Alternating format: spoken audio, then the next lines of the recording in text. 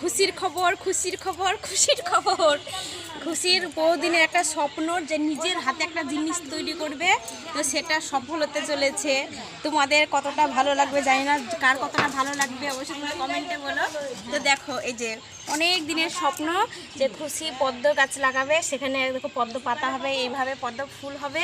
তো দেখো হয়েছে, দেখো সত্যি নিজের হাতে তৈরি একটা, মানে এসব জিনিস বাড়িতে লাগালে যে হয় মানে খুবই কম, তাই না বলো?